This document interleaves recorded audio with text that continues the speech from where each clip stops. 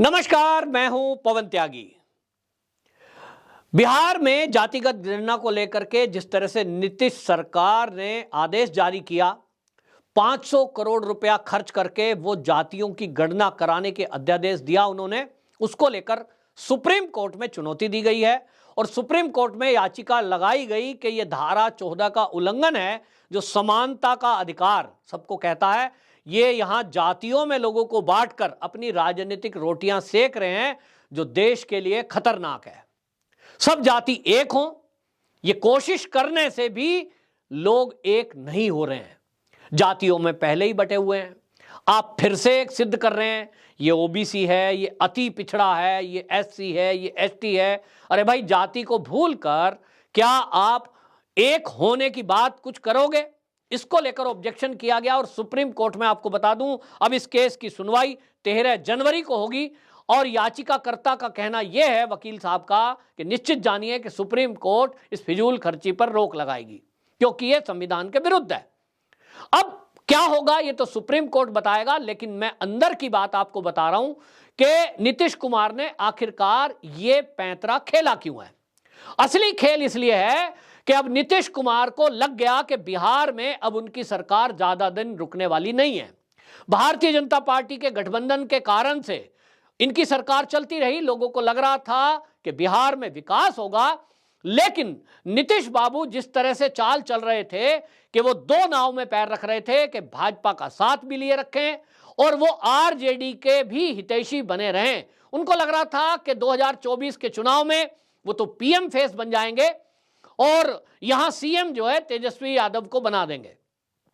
अब मामला साफ हो गया है, क्योंकि नीतीश कुमार से जब पत्रकारों ने पूछा कि राहुल गांधी की जो यात्रा निकल रही है वो पीएम फेस बनकर आने वाले हैं, ऐसा कांग्रेसी कह रहे हैं, आपका क्या कहना है? उन्होंने कह दिया, मुझे कोई ऑब्जेक्शन नहीं है, पीएम फेस बनकर राहुल गांधी आए, इसमें कोई दिक्कत नहीं है। इसका मतलब समझ रहे हैं? इसका मतलब यह हो गया कि नीतीश बाबू ने यह मान लिया कि वो पीएम फेस नहीं बनने वाले हैं, उनके नाम पर कोई स्वीकार उनको नहीं करने वाला है, विपक्षी दल उनको अपना चेहरा नहीं बनाने वाले हैं, और इसलिए उन्होंने रणनीति बदली।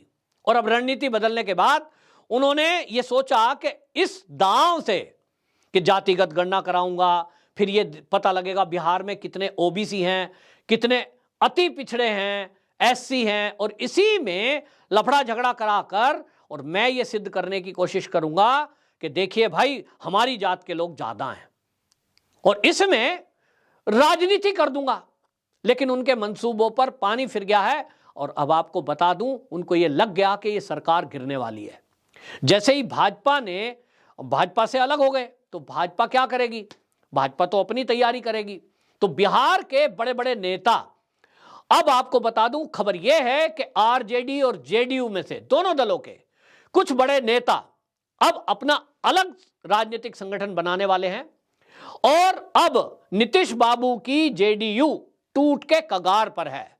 नई जेडीयू के रूप में नाम क्या होगा वो नेता तय करेंगे, लेकिन कुछ नेता इस पूरी तैयारी में हैं कि अभी मकर संक्रांति के बाद आप देखेंगे, जो मेरे सूत्र बता रहे हैं कि बिहार में नई पार्टी बनने जा रही है और वो जेडीयू और आरजेडी दोनों से टूट होगी। और इसमें कुछ बड़े चेहरे आपको बता रहा हूं, ये जब तय हो गया है कि ये बड़े चेहरे सामने अलग आने वाले हैं, इसमें उपेंद्र कुशवाहा आपको याद होंगे, जो 2014 में मोदी जी के मंत्रिमंडल में थे, अब जो है वो एनडीए का साथ छोड़ करके फिर वो नीतीश कुमार जी के साथ मिले, लेकिन वहां उनको कुछ नहीं मिला और इसलिए उनको लग गया।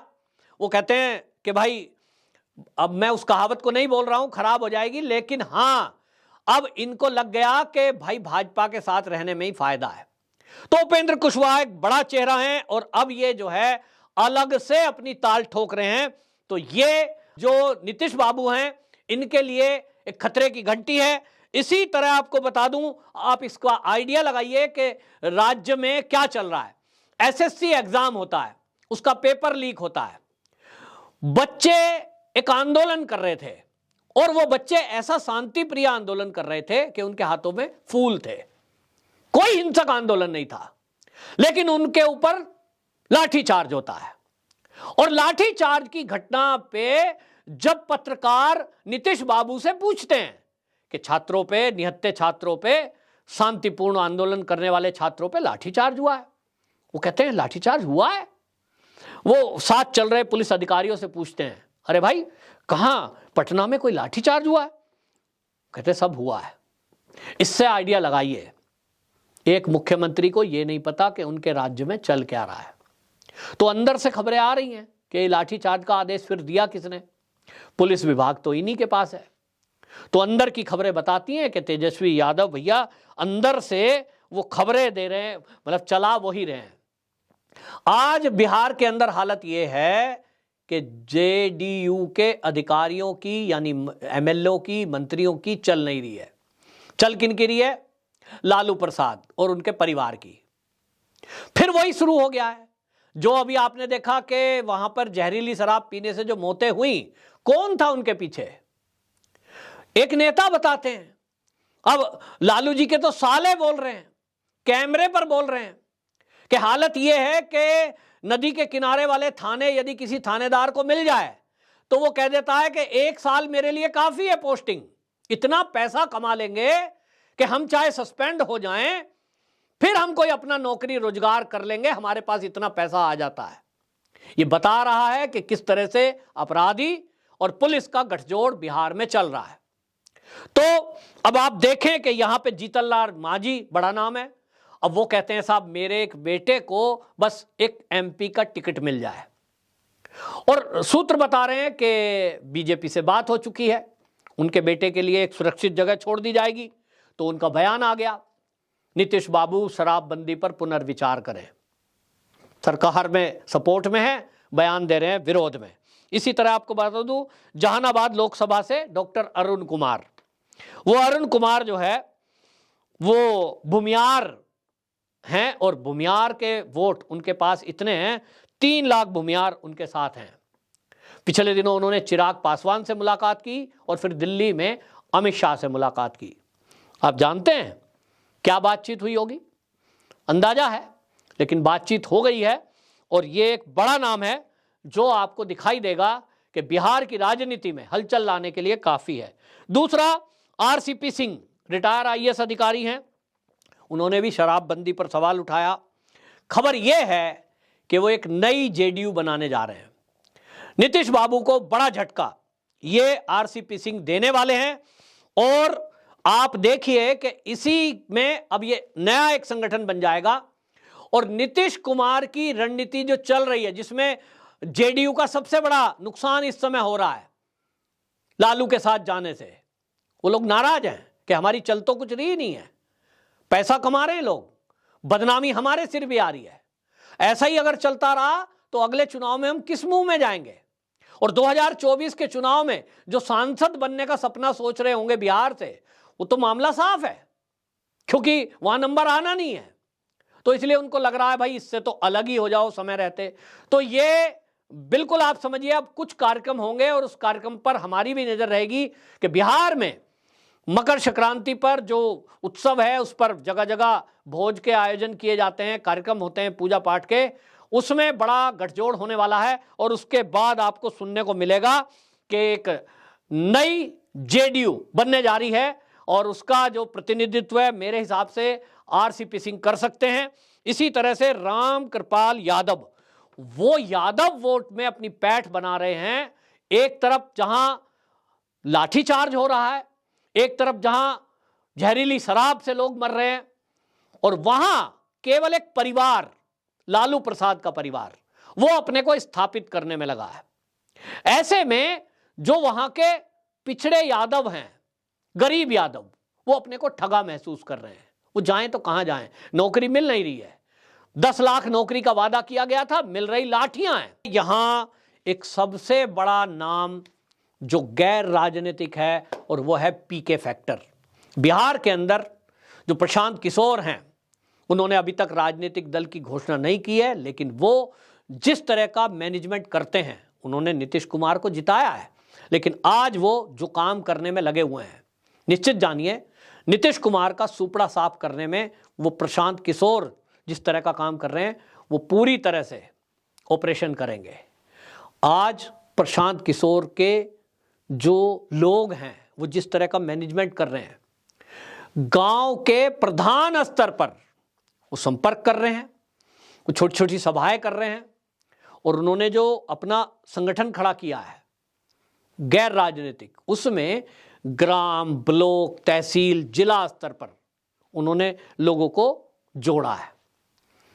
पूरा तैयारी है, और यह तैयारी 2024 को देखते हुए है, लेकिन इसका इम्पैक्ट बिहार में जब ये सरकार गिरेगी, नई सरकार के गठन में भी आपको दिखाई देगा।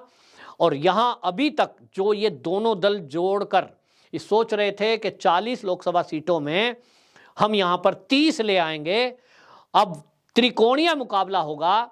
नीतीश बाबू जेडीयू के, आरजेडी के गठबंधन से ये लड़ेंगे, तो इनके हिस्से में क्या आना है आप समझ लीजिए। लेकिन दूसरी तरफ भारतीय जनता पार्टी अपना आंकड़ा फिट कर चुकी है, और आपको बता दूं उसमें जो सूत्र हैं वो ये बता रहे हैं कि भारतीय जनता पार्टी यहां 26 सीटों पर अपने प्रत्याशी उतारेगी, और उनमें से जो मैंने नाम गिने हैं ये नाम भी शामिल होंगे। उसके अलावा जो गठबंधन होगा वो क्षेत्रीय पार्टी, छोटी छोटी पार्टियों से गठबंधन होगा। तो भारतीय जनता पार्टी इस तरह के इस समय योजना में है कि वहां 40 में से आप समझिए 30 सीटें वो जीत हासिल करेगी, ऐसा प्रयास चल रहा है। लेकिन जो अभी तक के आंकड़े हैं वो फैक्टर बताता है कि 26 सीटें भारतीय जनता पार्टी को पक्के हालत में बिहार से मिलेंगी आज के समय में। बाकी अभी समय है, सरकार गिरेगी, बिहार की सरकार गिरते ही उसके बाद नए समीकरण पैदा होंगे, ये संख्या और बढ़ सकती है। हाँ, लेकिन जैसा मैंने कहा कुछ क्षेत्र है जो आप देखिए, ऐसा क्षेत्र है जो भारतीय जनता पार्टी की सीटें जहाँ से नहीं आती हैं, पश्चिम बंगाल से लगता हुआ जो सीमांचल एरिया है, और उस एरिया में कभी भारतीय जनता पार्टी जीतती भी नहीं है और उधर ध्यान भी नहीं है। यहाँ एक ओवैसी फैक्टर को भी इग्नोर नहीं किया जा सकता। तो ओवैसी फैक्टर, क्योंकि पिछली बार 5 सीटें उन्होंने विधानसभा की जीती थी, इस बार कुछ क्षेत्र में उनका भी प्रभाव रहने वाला है। तो इसमें एक बात तो तय है कि पीके आने वाले समय में एक बड़ी भूमिका में बिहार के अंदर होंगे, और दूसरा भारतीय जनता पार्टी बड़ी बढ़त के साथ बिहार में जीतेगी। और भारतीय जनता पार्टी ने इस पर विचार भी कर लिया है कि बिहार से कैबिनेट में, मोदी सरकार में भी कुछ लोगों को जगह दी जा रही है, जिसके कारण बिहार में अब बड़ी तेजी के साथ अग्रेसिव होकर भारतीय जनता पार्टी काम करने वाली है। निश्चित जानिए कि जैसे हमने महाराष्ट्र में देखा कि उद्धव ठाकरे थे, 15 साल पुरानी भाजपा की दोस्ती उन्होंने तोड़ी, और उसको अगर बीजेपी की भाषा में कहें तो बीजेपी की पीठ में छुरा घोंपा। आज उनकी स्थिति देख लीजिए, अलग थलग पड़े हुए हैं, कोई साथ नहीं है, खत्म बिल्कुल। इसी तरह अब आप बिहार में देखेंगे कि नीतीश कुमार जो प्रधानमंत्री बनने का सपना देख रहे थे, वो जनता दल यूनाइटेड जेडीयू पूरी तरह समाप्त होती हुई दिखाई देगी आपको, और नीतीश बाबू कहीं कोने में आपको खड़े हुए दिखाई देंगे, वो भी अकेले। भाजपा के साथ थे तो एक बड़ा वट वृक्ष है, उसके नीचे बहुत छाया थी, लेकिन अब ये अलग होकर जिस तरह का सपना सोच रहे थे वो इनका सपना सपना ही रह जाने वाला है। और अब पुराने चीज भी खुलेंगी, कुछ केस एक्टिव होंगे, पहले से ही लालू की फैमिली पर केस चल रहे हैं, इसमें भी आप जानिए कि परिवार के लोग फिर से जेल भी जा सकते हैं, ऐसी उम्मीद जताई जा रही है जिस तरह के केस, एलिगेशन भ्रष्टाचार के इनके ऊपर हैं। तो कुल मिलाकर के बिहार में सरकार गिरती देख ये नीतीश कुमार ने एक दांव चला था कि वो जातिगत गणना करा रहे हैं, जिसके बेस पे उनको लगा कि वो कुछ लोगों में लोकप्रिय हो जाएंगे, लेकिन ये दांव भी उनके ऊपर उल्टा पड़ने वाला है, क्योंकि भारतीय जनता पार्टी उनको उपजातियों को लेकर घेर रही है कि भैया आप जाति की गणना करा रहे हो तो उपजातियों की क्यों नहीं करा रहे हो। हर जाति में उपजाति है, उनको आप छोड़ दे रहे हो, चाहे वो एससी हो, एसटी हो, ओबीसी हो, तो क्या वो जाति आप शामिल नहीं करेंगे? उनको क्यों इग्नोर कर रहे हो? इसके पीछे आपकी क्या सोच है? तो इसको लेकर भी बिहार में एक मुद्दा बन गया है, और जो उपजातियां हैं एससी, एसटी, ओबीसी में, वो आक्रोशित हैं, वो सब नीतीश के विरुद्ध जाने वाली हैं। तो एक बड़ा एक हलचल आपको जैसा मैंने कहा, मकर संक्रांति के बाद बिहार की राजनीति में देखने को मिलेगा। वंदे मातरम।